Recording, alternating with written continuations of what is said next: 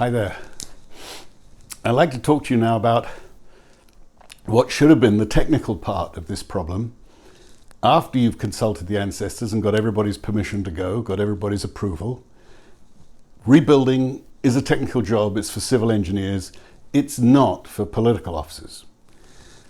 Funny old thing, turns out that it is for political officers. When two worlds collide, there were two international actors who were going to take a big role in the civil engineering of the little dam at Fatusene. One was a very experienced, lots of years in the islands, fluent in Bahasa Indonesia language, civil engineer who'd worked on projects and knew all the local ways and the quick ways to do various bits and pieces.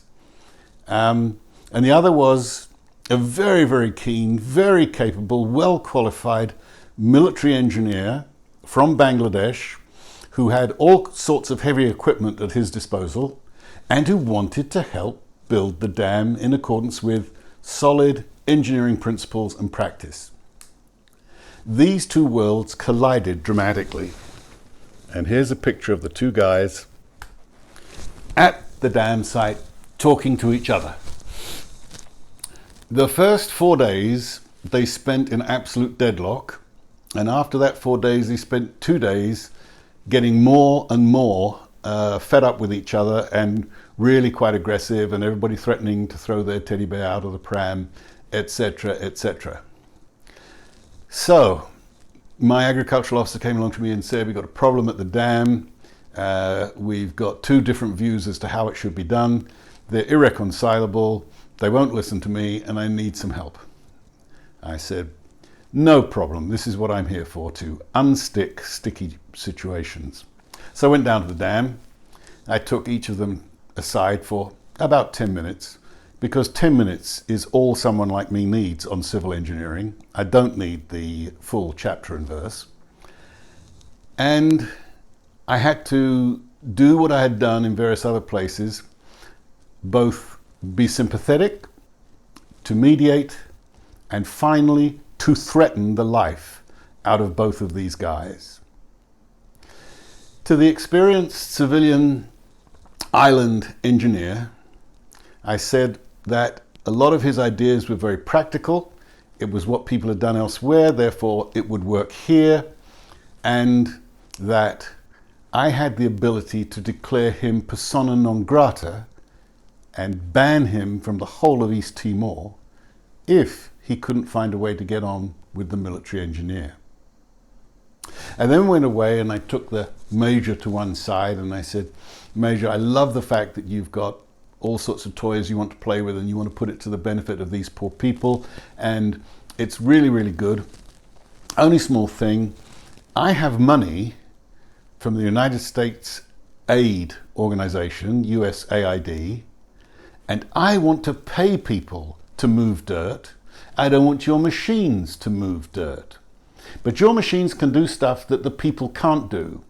But if it's a case of carrying 40-pound boulders, 20-kilogram boulders to throw in the bottom of a hole, I want hundreds of people to do it, not your diesel-driven machine. Not because your machine's not good, your machine's brilliant. It's brilliant. I want to be able to pay the guys some wage so they can get some money to some families, so that the women can buy shoes for their kids, so they can buy school books, so they can buy all the things they need. Now, please, you come from Bangladesh, you understand this, don't you? He said, yes. And I said, and understand this.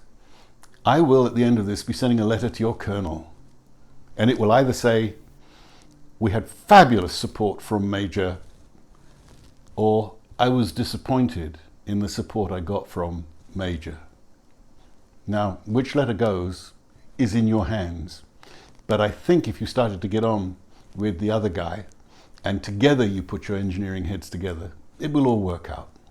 So, a mixture of flattery, cajoling, and outright threats got them to do what they were having to do. So, we then have the next situation is guys in a hole, filling in holes, taking dirt from one place, putting it in another place, picking up big rocks, putting them down, picking them up again. It's like an ant heap gone crazy, but in accordance with engineering principles, everything worked, everything got done, and the dam subsequently worked perfectly.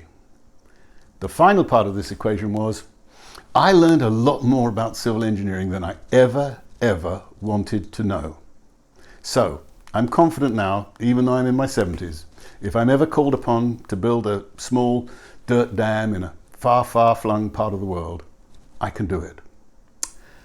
And that's really all I have to say about that, except to do the analysis of the Cynefin framework. So, obvious solutions are only obvious if there's only one of them.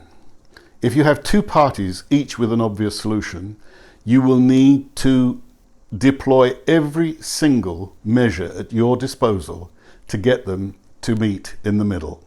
Neither is going to want to give up their obvious solution. Good practice means that there's more than one way to do a job. And here we come into this terrible thing of the tyranny of experts. Many experts get used to the idea that best practice, one practice, only practice, best practice is what you need. When life often puts us into situations where actually good practice, where there's several solutions, several paths to the top of the mountain, is actually the efficient and reasonable way to do it, and very often takes in other factors like anthropology and humanitarian relief and community spirit, etc., etc., etc. The complex approach that I used in this situation was the motivation of my two engineers. We would explore, nudge, and threaten. And really, you may think that I'm joking a little bit about this threaten thing, but I've learned that when you're changing human behavior, you use the 3 E's.